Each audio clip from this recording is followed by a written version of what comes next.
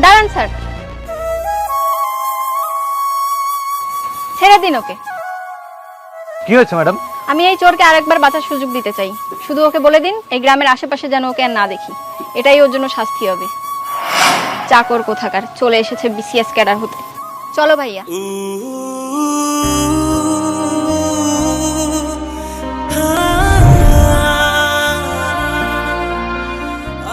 এবারের মতো ছেড়ে দিলাম, তোকে যেন এই গ্রামের আশেপাশে আর না দেখি। যা।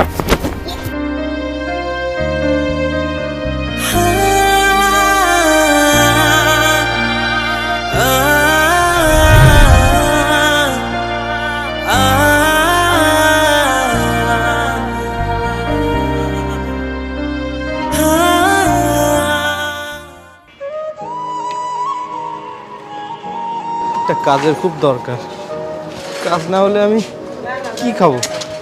পড়ালেখাটাই বা কিভাবে করবো?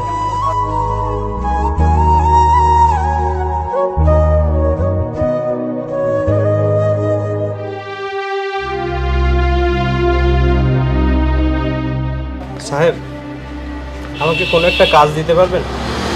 যে কোনো একটা কাজ হলেই হবে। এই মুহূর্তে কোনো কাজ নেই, তুমি অন্য কোথাও চেষ্টা করো। ঠিক আছে।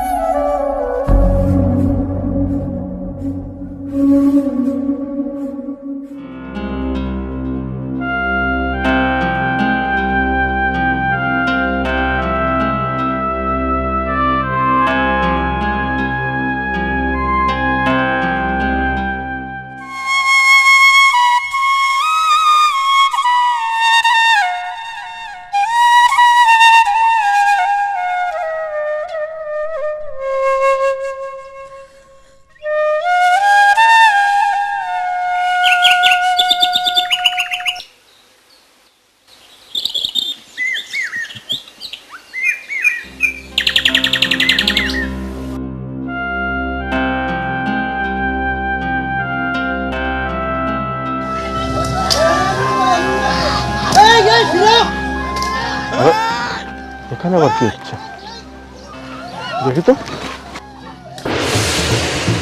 ইস, খাচ্ছিলাম একটা রুটি।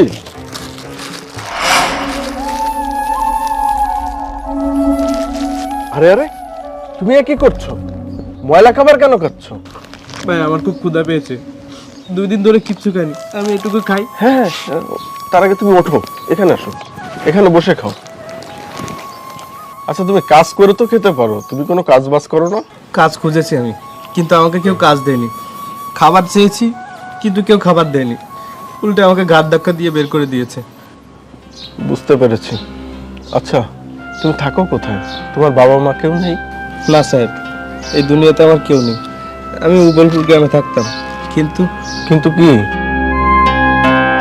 স্যার, এই হচ্ছে চোর, এই আমাদের বাড়ি থেকে টাকা চুরি করেছে। স্যার, টাকা পেয়েছি স্যার। ছেড়ে দিন ওকে। এবারের মতো ছেড়ে দিলাম, তোকে যেন এই গ্রামের আশেপাশে আর না দেখি। যা। তোমার সাথে খুব অন্যায় হয়েছে। দেখো, সৃষ্টিকর্তা একদিন ওদের বিচার করবেন। তুমি একটা কাজ করো, আমার সঙ্গে আমার বাড়িতে চলো। বাড়িতে আমি একাই থাকি, আমি একজন গরিব কৃষক। তোমার কষ্টটা আমি বুঝতে পারছি, তবে তোমার কিন্তু আমার সাথে খেতে কাজ করতে হবে। আর দুজন মিলে চাষাবাদ করে যা পাবো তাতে তোমার পড়াশোনাটাও হয়ে যাবে, আমরা দুজনে খেতেও পারবো। কি, পারবে তো? হ্যাঁ সাহেব, পারবো।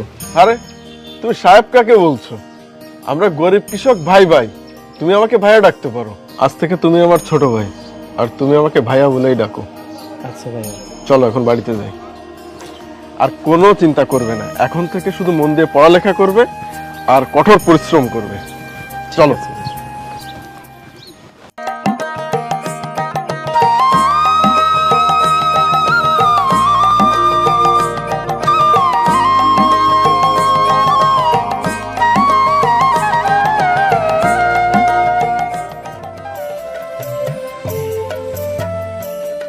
ভাই